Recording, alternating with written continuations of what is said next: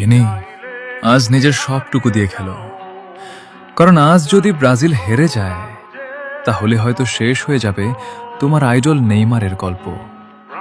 যে মানুষটা এই হলুদ জার্সির জন্য নিজের সবকিছু উৎসর্গ করেছে, যে বারবার চোট পেয়েও ব্রাজিলের জন্য ফিরে এসেছে, যে বিশ্বকাপ জয়ের আশায় বছরের পর বছর অপেক্ষা করেছে, আজ হয়তো সেই স্বপ্নটা তোমাদের পায়ের উপরই দাঁড়িয়ে আছে।